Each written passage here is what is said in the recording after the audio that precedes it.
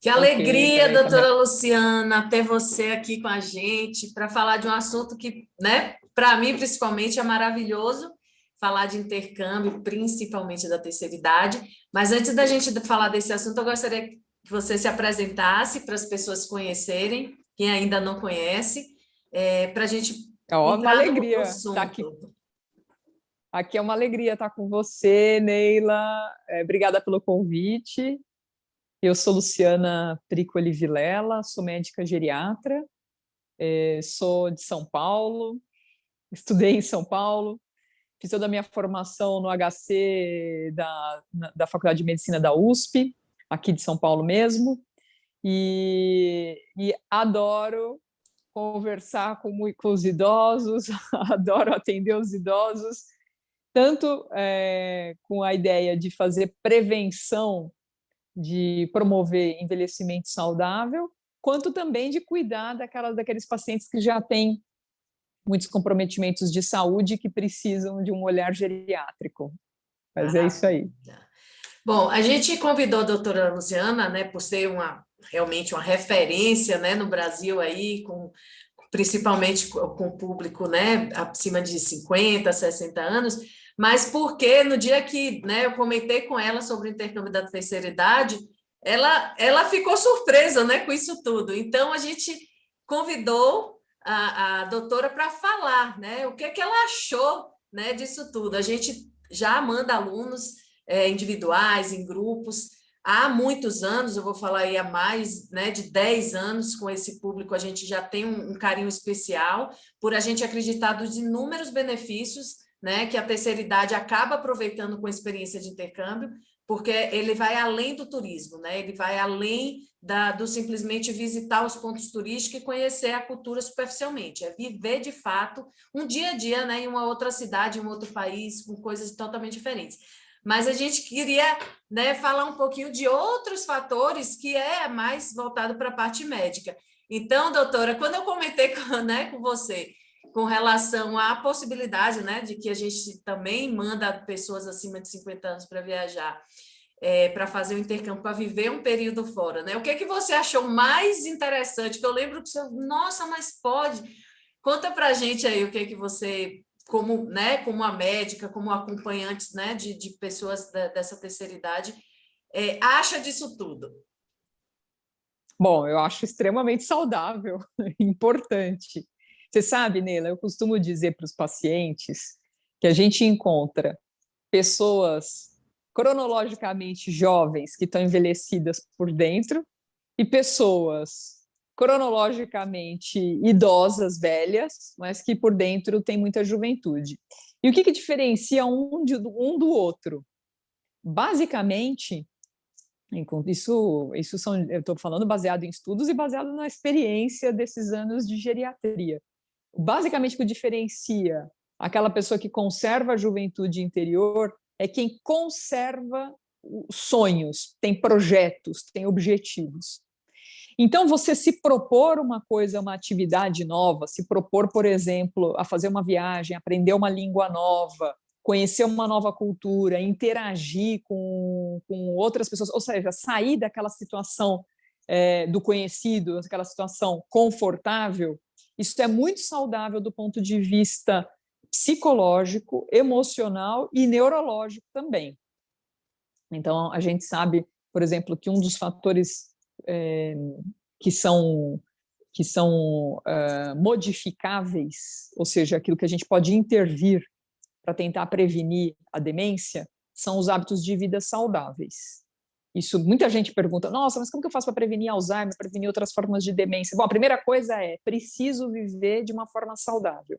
E um dos elementos essenciais da vida saudável é a socialização, é o grau de riqueza de interações sociais. Então, quanto mais uma pessoa se desafia, vamos dizer assim, a sair da sua zona de conforto, a fazer coisas diferentes, a interagir com pessoas diferentes, isso cria mais conexões cerebrais, isso ajuda, sem dúvida nenhuma, a prevenir déficits cognitivos. Claro, aqui ninguém está dizendo que é uma fórmula mágica, não existe fórmula mágica para prevenção de demência, por exemplo, mas se alimentar de forma saudável, dormir as horas necessárias e de forma saudável também, ou seja, dormir bem, controle de estresse, melhorar a socialização, fazer atividade física, são circunstâncias, são hábitos essenciais para um bom envelhecimento e para a prevenção, por exemplo, de déficit cognitivo. Obviamente que também entra aqui o controle de vícios. Então, beber demais álcool, né? Beber álcool demais, ou fumar. Cigarro não tem dose segura. Cigarro ele não poderia existir na vida da gente, porque é só porcaria, cigarro. Então, diminuir, consumir álcool numa quantidade que é até saudável, que é 1, 2 doses por dia, uma taça de vinho, por exemplo. Inclusive, vários dos lugares em que vocês vão são lugares em que promovem a dieta mediterrânea, por exemplo, que é uma das dietas mais saudáveis que existe, que está relacionada com longevidade. Então, e uma das coisas da dieta mediterrânea é o consumo lá de uma dose, por exemplo, uma taça de vinho todos os dias. Mas, além disso, tem um alto consumo de peixes, que é uma das carnes mais saudáveis também, baixos carboidratos industrializados, porque a gente sabe que um dos maiores venenos que a gente tem são os carboidratos industrializados, as farinhas industrializadas. Lá eles consomem muitos legumes, então, porque a gente precisa de carboidrato na dieta, mas o ideal é que sejam os carboidratos saudáveis, né? Os carboidratos que a gente obtém por exemplo, pelos legumes. Enfim, eu estou aqui falando sobre muitas coisas, mas o aluno, né, o idoso, a pessoa que vai fazer o intercâmbio e passa lá um tempo, conhece uma dieta nova, uma dieta saudável, especialmente na Europa, que a gente tem boas dietas nessa região do Mediterrâneo. Não falo dos Estados Unidos, porque a dieta americana costuma ser uma dieta muito ruim, um pouco saudável. Tanto é que os americanos estão extremamente obesos, né? Mas é isso. Mas voltando para a questão da socialização, essas novas interações, você se desafiar a conhecer pessoas novas, a ter que lidar com circunstâncias de relacionamentos novos, né? Outro dia eu estava atendendo um paciente que ele me disse o seguinte: olha, eu estou numa fase da vida que eu estou restringindo os meus relacionamentos, eu quero só ficar com as pessoas que eu gosto. Eu falei para ele assim: olha, tudo bem, isso é uma escolha, mas saiba que promover novas relações é estimulante, é saudável para o cérebro, é saudável do ponto de vista psicológico, a não ser que a pessoa tenha, claro, algum transtorno psiquiátrico um pouco mais importante, tá? Aí talvez essa pessoa não tenha condições de viajar. Mas se você é uma pessoa saudável, você deve procurar novas interações. Bom, então você falou aí vários aspectos, né, da questão até mudança de hábito, né, de poder até melhorar alguma coisa relacionada à alimentação, a questão da socialização e a questão do aprendizado do outro idioma, de um outro, né, de um segundo idioma. Isso já tem estudos comprovando da importância, né, de ativar essa parte do cérebro também para a questão da demência? A gente sabe, isso já é um conhecimento estabelecido, que quanto mais línguas a gente sabe, e, por exemplo, pessoas que são bilíngues, são pessoas que têm um certo fator protetor para o desenvolvimento de demência. E isso é uma coisa que é até intuitiva falando, porque quanto mais habilidades a gente desenvolve ao longo da vida, e habilidades aqui em todos os aspectos, desde habilidades motoras até habilidades intelectuais, quanto mais habilidades a gente desenvolve, mais o nosso cérebro está sendo usado e, portanto, ele mais reserva cognitiva, reserva cerebral a gente tem. Eu já vou explicar o que significa isso melhor. Mas a gente tem estudos que realmente demonstram que pessoas que são bilíngues têm uma propensão menor para o desenvolvimento de demência. Mas atenção, esses estudos estão focados em pessoas que conhecem, que são bilíngues desde idades, desde a juventude, né? Ou desde a infância ou desde a juventude. Mas nós não temos ainda estudos bem estabelecidos, mas o que a gente tem é um conhecimento prático sobre o funcionamento cerebral que nos leva a deduzir que que o aprendizado de novas habilidades, incluindo novas línguas, ele certamente é um fator protetor para o desenvolvimento de demência. Eu queria aqui explicar um pouquinho o conceito de reserva cognitiva, ou reserva cerebral. Todos os nossos órgãos, eles têm uma função máxima que ele pode atingir e tem uma função mínima. Se a gente ultrapassa, se a gente chega num mínimo, muito mínimo, a gente pode não ter o necessário daquele órgão para sobreviver. Então, vamos imaginar, por exemplo, uma pessoa com insuficiência renal grave, que o órgão já não dá mais conta, aqueles órgãos, aqueles rins já não dão mais conta do funcionamento necessário para a sobrevivência da pessoa. Então, o que a pessoa muitas vezes se utiliza é de um recurso, por exemplo, uma máquina, uma hemodiálise, para poder suprir aquela função daquele órgão que está doente.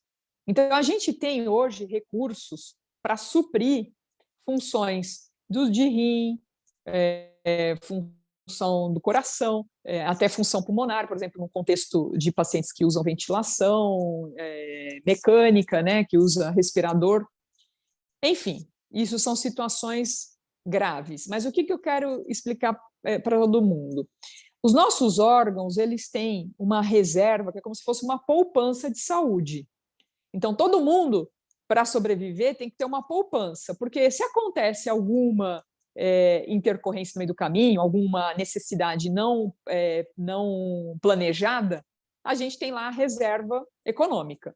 Com os nossos órgãos funciona a mesma coisa. A gente normalmente usa uma média da nossa capacidade máxima, mas a gente tem uma reserva num caso de uma situação extrema. Quanto mais a gente desenvolve certos órgãos, mais a gente desenvolve a nossa reserva. Isso com o cérebro funciona muito. É que nem com músculo. Quanto mais atividade física eu faço, mais eu tenho de reserva muscular.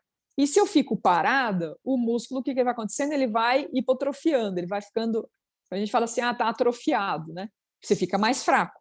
Então, a mesma coisa que acontece com o músculo, acontece com o cérebro. Quanto menos a gente usa o nosso cérebro, mais fraco ele vai ficando. E o contrário também vale. Quanto mais eu uso o meu cérebro, mais ele vai ter de reserva para o futuro, para situações de necessidade. E como é que eu aumento a reserva cerebral? Especialmente com tudo aquilo que treine a nossa cognição e tudo aquilo que treine o nosso corpo. Porque, atenção, atividade física também treina o cérebro. Porque tudo que exige coordenação, força muscular, interação, equilíbrio, tudo isso daí também treina o nosso cérebro. Então, a atividade física e atividades cognitivas, elas são essenciais para a gente ter reserva cerebral para o futuro. E quais são essas atividades cognitivas? Uma delas é a leitura, que é muito importante, e, obviamente, dentro da leitura está o aprendizado de novos idiomas. Então, imagina, você ter que aprender uma nova gramática, começar a ler numa nova língua. Isso te aumenta muito a reserva. E, obviamente, ler na própria língua, ler literatura é importante, e outras atividades. Tem muita gente que pergunta, palavra cruzada, sudoku. Olha, tudo isso daí é interessante, mas, em geral, costuma ser meio pobre. Quanto mais elaborada for a atividade, por exemplo, aprender um instrumento musical, aprender uma outra coisa que você não saiba fazer, não, eu quero aprender a cozinhar, quero aprender a fazer jardinagem, quero conhecer novos lugares. Então, tudo isso, sem dúvida nenhuma, vai aumentar a tua reserva cognitiva. Não sei se ficou muito complicada a explicação. Não, tá ótimo. Eu vou fazer só um parêntese, porque muitas vezes as pessoas, né, da terceira idade, elas ficam receosas de embarcar, né, numa experiência dessa, achando que porque já é um desafio, né? Na terceira idade a gente sabe que é mais difícil, né, o aprendizado, mas é exatamente por saber disso que a gente tem seleção, né, das escolas que vão dividir, né, as nossas alunas com a mesma faixa etária. Então, quando se vai, né, numa questão dessa de grupo ou individualmente, mas com um programa específico, né, acima dessa idade, a gente tem a tranquilidade de que eles vão aprender no ritmo adequado para eles, porque a gente sabe que é diferente um jovem de 18 anos, 20 anos, o seu aprendizado com, né, uma pessoa de 70 anos. O assunto, o tema que vai ser abordado, né, ali na sala de aula, vão ser diferentes. Então, é muito bom, muito importante a gente falar de que a gente cuida, né, dessa faixa etária, a gente não vê eles como um idoso, né, inútil, pelo contrário, a gente sabe que eles têm muito, né, porque tem o idoso jovem, né, e o idoso realmente velho. A gente está falando daqueles que de fato estão dispostos, né, a sair da sua casa, ir para uma outra acomodação. A gente sabe que quando a gente vai ficando mais velho, a gente começa a ficar mais exigente em algumas coisas, mas eles estão dispostos a isso. Vai ter atividade o dia todo, então não é só a questão do idioma, né? A questão das atividades sociais, culturais, voltado para aquela faixa etária. A gente sabe de alguns cuidados que a gente vai ter nessa faixa etária, mas a gente não trata eles como uns idosos, uma coisinha de coitado, né? A gente trabalha mesmo a questão de estimular com que eles andem bem, né? Que eles se alimentem bem, que eles usem o transporte público muitas vezes, claro que a gente vai dosar o menor horário, e o estudo dentro da sala de aula. Então, quando a gente fala desse intercâmbio, doutora, é engraçado porque, assim, ele começa antes do embarque, porque a gente vai alimentando de informação, curiosidades do país, né? Um monte de coisa que precisa ser resolvido, que a gente, né, deixa com que eles resolvam, né? Vamos emitir agora a passagem, então a gente explica determinadas coisas agora, ó, a questão do seguro, ou seja, e um grupo que fica ali também, né, se alimentando, né, com troca de mensagens e tal. Oi? Um grupo que fica interagindo, né? Interagindo. Aí vão, né? Aí é o ápice realmente da experiência, e na volta ficam as recordações, ficam a troca de mensagem. A gente teve grupos, por exemplo, né, que aconteceram antes da pandemia, que uma foi visitar outra em outra cidade, então eles começam a fazer um intercâmbio dentro, porque a gente tem várias unidades no Brasil, então a gente acaba levando gente, né, de várias cidades do nosso país. Então, acaba... Que bacana! E é um grupo... Isso é muito bom, Neila! E aí é um grupo que se mantém. A gente tem senhoras, né, que já foram, que estão indo todos os anos. Por quê? Porque é uma forma de fazer o turismo, né, que é algo que todo mundo, né, nessa idade gosta, mas que está ali, e aí está um grupo gostoso, está trocando. Então, assim, o intercâmbio não é no momento da viagem, não é no dia do embarque, no dia da volta. São coisas que são alimentadas antes, durante, que é incrível, né? Então, elas se criam aquelas conexões maravilhosas, e na volta continua, né? E um já sabe da família da outra, então, se acontece alguma coisa na família. E mais, quando esses idosos voltam, eles têm assunto para falar com os filhos, com os netos, muitas vezes. Então, passa a ser, né, um idoso realmente ativo, que tem história para contar, que tem sonhos ainda, né, para compartilhar, porque foi o que você falou no início, né? O que diferencia, né, o velho do novo são os objetivos de vida, os sonhos. É ter plano, ter sonho. É ter plano. Então... Inclusive, Neila, você falou uma coisa importante, que é o assunto do aprendizado, porque muita gente pergunta assim, mas o idoso ele é capaz de aprender um idioma novo? Ou seja, começar do zero e aprender um idioma novo depois de uma certa idade? E a resposta é sim. O idoso, ele, como qualquer outra faixa etária, ele sempre, se é um idoso que está saudável, que não tem demência, ele sempre pode aprender coisas novas, e aprender coisas novas é saudável para ele. Agora, você também falou uma outra coisa importante, o ritmo de aprendizado do idoso é diferente do ritmo de aprendizado do jovem. Então, isso sim, porque a velocidade de processamento do funcionamento cerebral, isso sim varia com a faixa etária, isso muda com a faixa etária.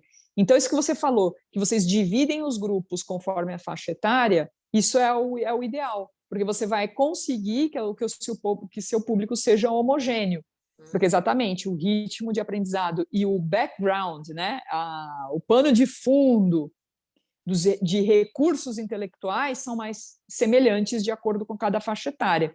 Se vocês me colocarem também com uma geração de 15 anos, certamente eles têm mais velocidade, por exemplo, para usar novas tecnologias do que eu, que estou 5 gerações à frente dele, sei lá eu quanto. Então, se eu puser, realmente é para aprender junto, um jovem de 15, de 20 anos, com 70 anos, é diferente, os ritmos são outros. Então, você personalizar as turmas, isso ajuda bastante.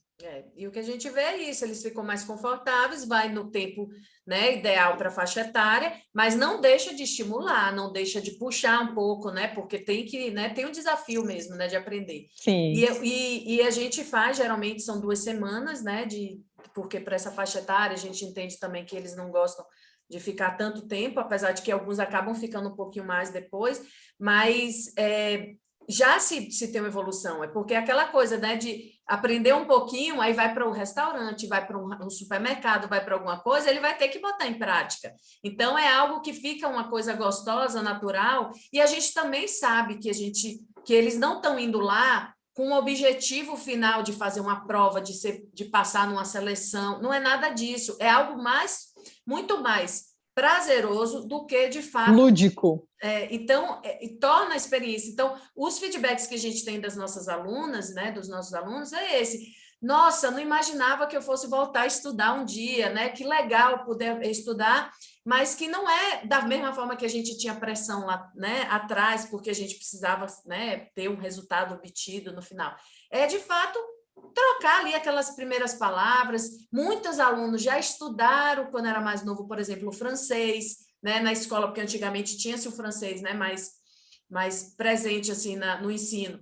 E aí voltou, né, e fala, nossa, lembrei Recordam disso. aquela delícia, né? Exato, e às vezes elas até, umas se matriculam no idioma antes de ir, porque, né, já começa também, fica empolgado, né, vou viajar, quero aprender, e na volta acabam ficando também, porque é uma forma de manter ativo ali, né, e se desafiar, porque o segredo é esse também, né, que nem academia. Se a gente também para de exercitar, os músculos vão atrofiando, assim, com o idioma, né, a gente vai perdendo.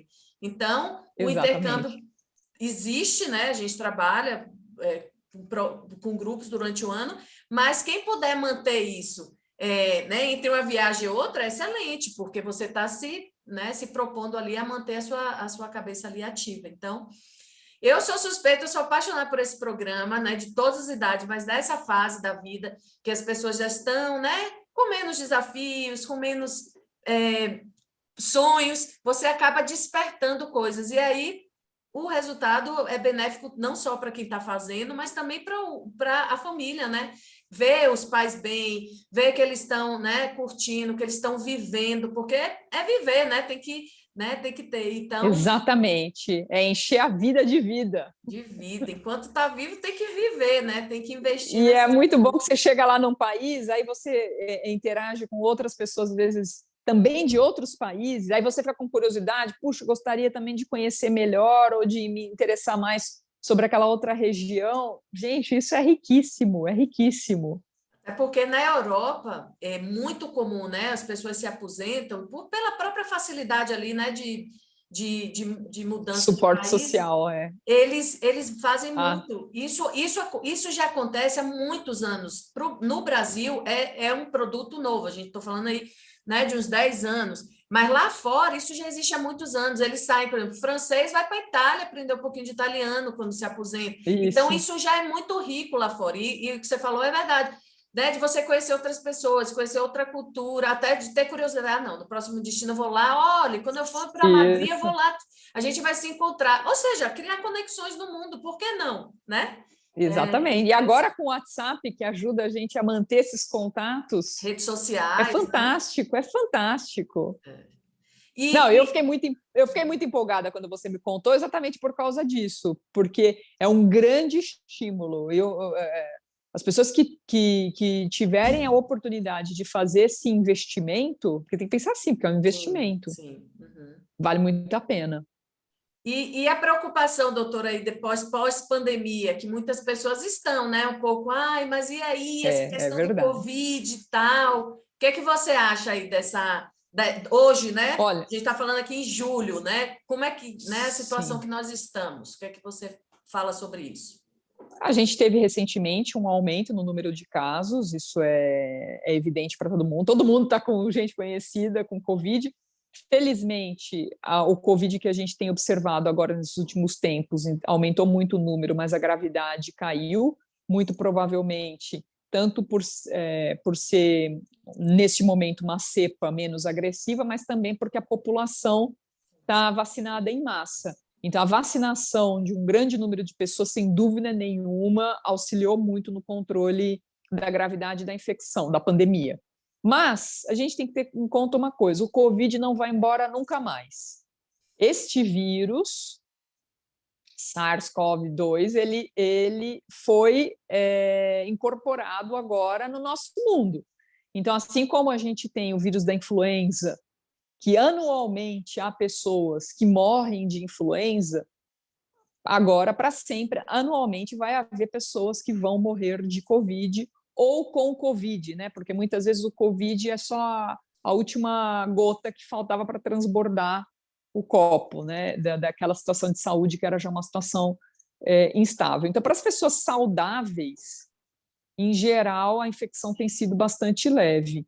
Então, neste momento, é muito mais interessante a gente conservar uma vida mais próxima do normal do que uma vida restrita, porque a vida próxima ao normal é o mais saudável em todos os sentidos, especialmente do ponto de vista de saúde física, como quanto saúde mental, saúde emocional. Então, a gente precisa conservar agora um ritmo de normalidade. Obviamente, vai haver períodos que talvez seja um pouco pior ou melhor. O que eu costumo recomendar muito é o uso de máscara.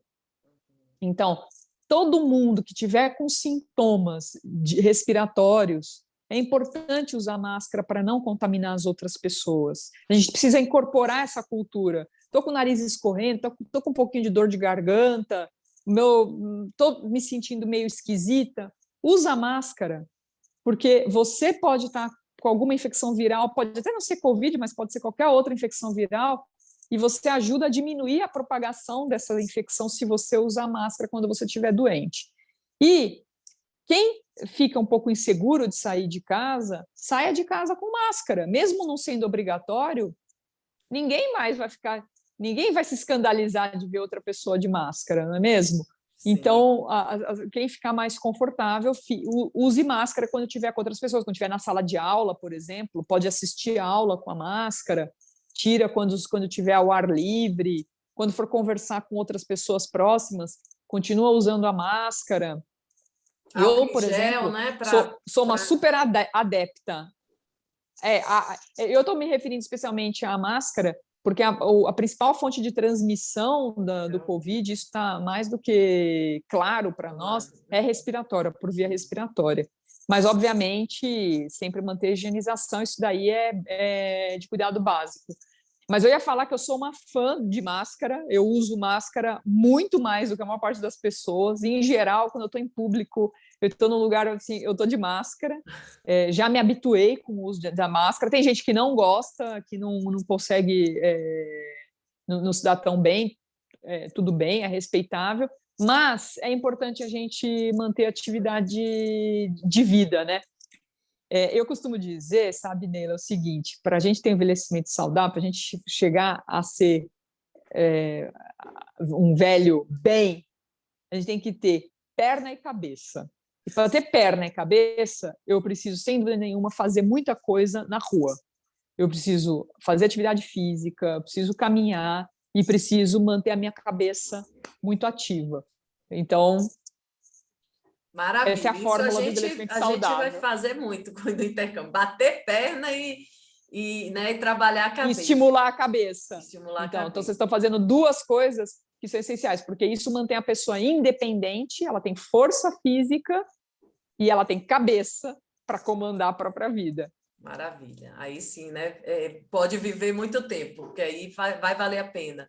E, doutora, o que é que você acha, assim, quem não deve fazer o intercâmbio? Né? Porque é claro que a gente sabe que não é para todo mundo, né? Tem pessoas que têm algumas deficiências, algumas coisas. Para quem não é uma viagem assim mais longa, de 15 dias, ou, né, o que é que a gente a gente geralmente recomenda, né, que eles façam um check-up antes de viajar e tal, para todo mundo, né, viajar tranquilo.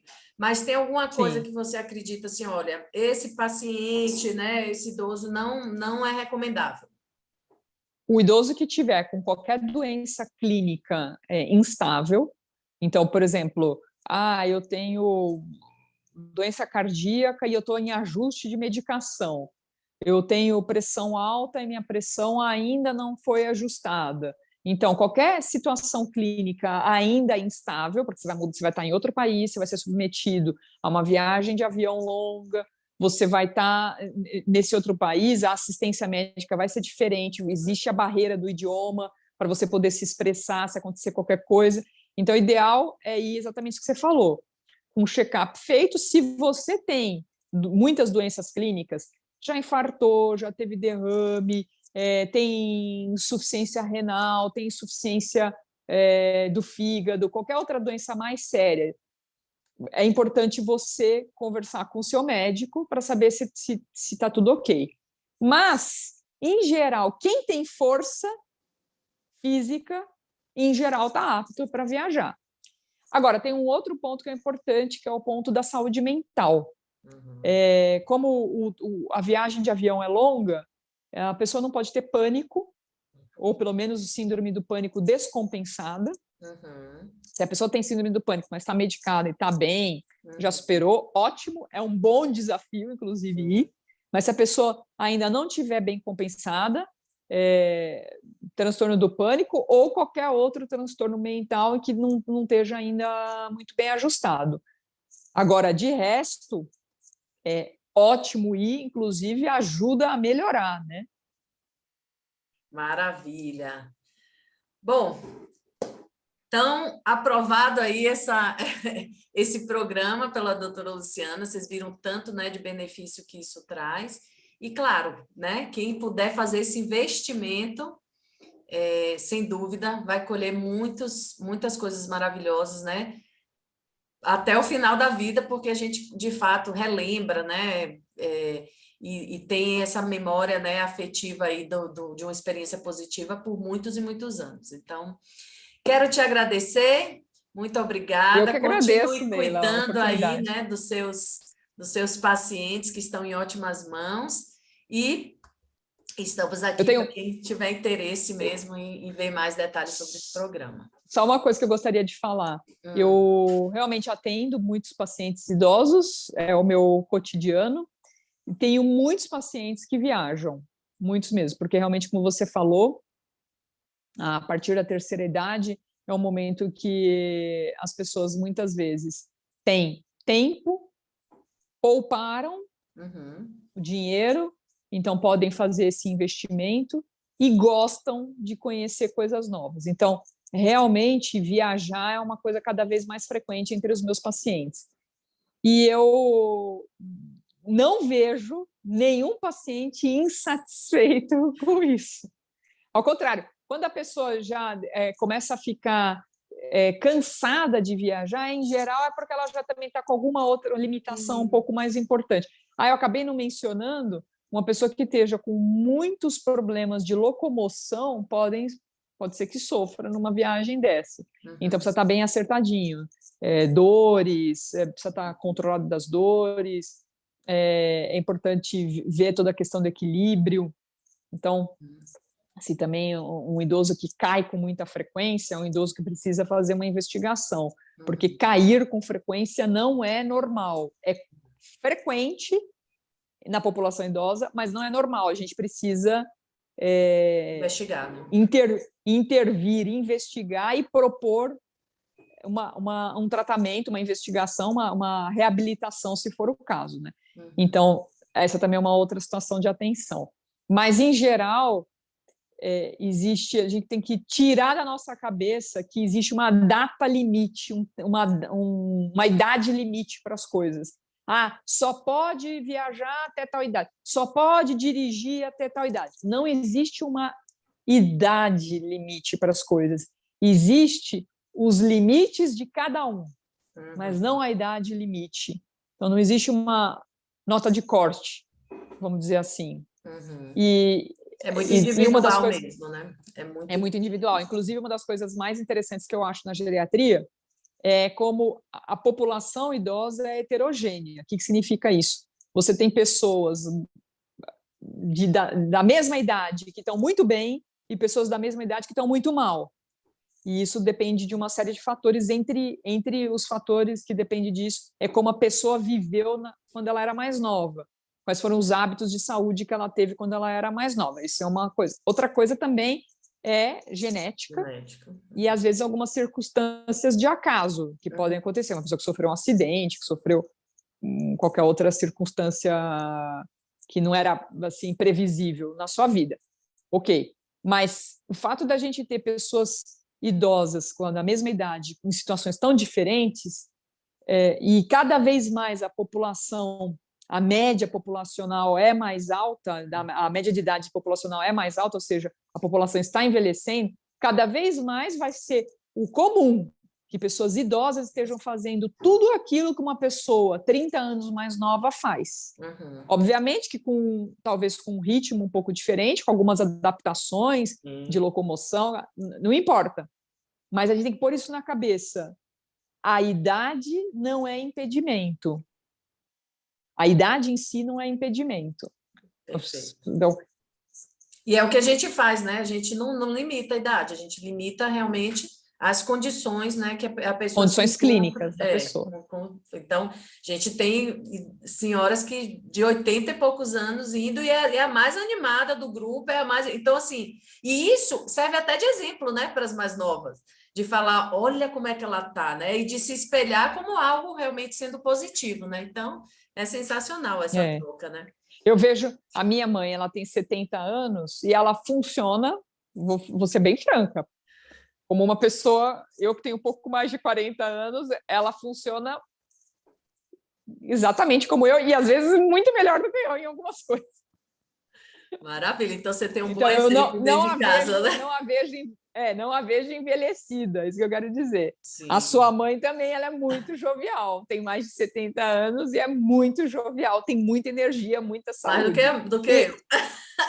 Então, isso é o normal, Neila, esse é o normal. Já se foi a época em que você via, em que você pensava, uma pessoa de 70 anos é uma velha, ficava em casa. É uma vovozinha, exatamente, fazendo tricô em casa, com coque no cabelo, todo branquinho, exatamente. E andando encurvada. Pelo amor de Deus! Ainda mais em suas mãos, né? E que as pessoas vivem bem aí por mais Tomara. tempo. Doutora, beijo grande, obrigada pela participação do seu tempo. E estamos aqui para precisar. Obrigada. Obrigada, bom trabalho.